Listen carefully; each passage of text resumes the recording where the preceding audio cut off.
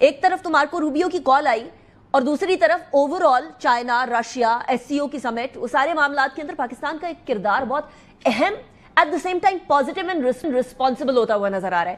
کس ٹائپ کا رول جو ہے وہ آپ کو بنتا ہوا نظر آ رہا ہے خالد صاحب پاکستان کا globally, regionally and U S کی کیا توقعات ہیں؟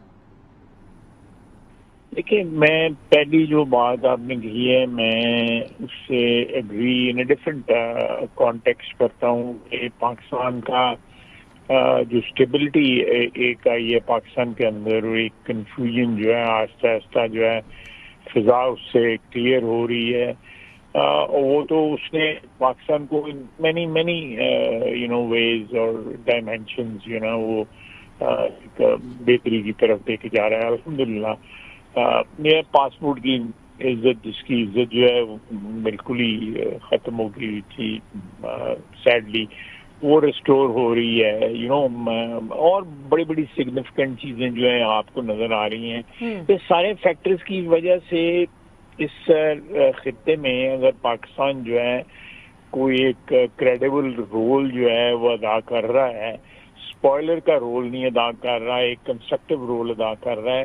And Pakistan has definitely become a key country in this whole region and even beyond the region also.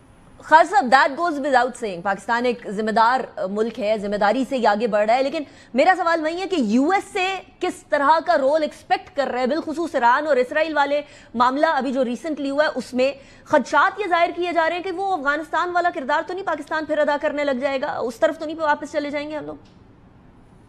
میرا خیال ہے کہ یہ اس میں جو ہے ہم نے اپنی سٹیکس اس رول میں بہت زیادہ ہائی کر دی تھی. یعنی وہ اس کا ایک بیک گراؤنڈ تھی. One has to look at the background both 80s میں اور اس میں دونوں دفعہ ڈکٹیٹرز تھے جن کی حکومت جی تھی وہ لیجٹمیٹ تھی، وہ ٹیک اوورز تھے. ان کو ہر وقت جو ہے ایک لیجٹمیسی چاہیے ہوتی تھی یا انڈورسمنٹ چاہیے ہوتی تھی امریکہ سے. اس میں ہماری جو لیجٹمیسی تھی وہ very very very very compromised کہ ہم نے جو رول پلے کیا واپس مڑ کے اگر ہم دیکھتے ہیں تو میرا خیال ہے کوئی شرمساری ہوتی ہے کہ ہم کنٹریبیوٹ بن گئے بہت سی چیزوں کے، اور وہ لائبلٹیز جو ہیں اب اتر رہی ہیں. اب یہ پچھلے سال 1.5 سال کے اندر وہ جو لائبلٹیز ہم کیری کر رہے تھے وہ لائبلٹیز اب لیکویڈیٹ ہو رہی ہیں الحمدللہ، جو ہم نے اس وقت کی کیری کی ہے. اور امریکہ کے ساتھ ہمارا ایک ایون ہینڈیڈ ریلیشن شپ ہے، اچھا ریلیشن شپ ہے. کسی مرسنری کے طور کے اوپر لڑنے کے لیے کے ساتھ جو ہے وہ ساتھ نہیں ہے جو ماضی میں ہم کرتے رہے ہیں.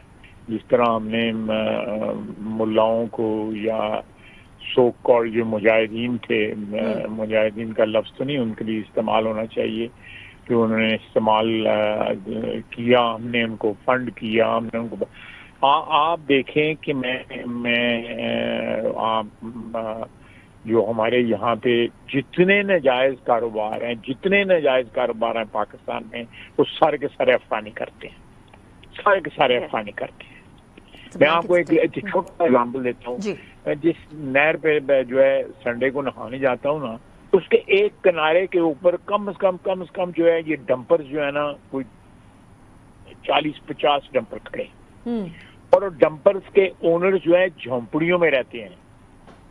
اور انہوں نے ساری جو پٹری جو اریگیشن کی ہے، لازمی طور پہ اریگیشن ڈپارٹمنٹ سے پیسے وصول کرتی ہوگی، رشوت لیتی ہوگی، اس پہ قبضہ کیا ہوا ہے اور وہ سارے افغانی ہیں.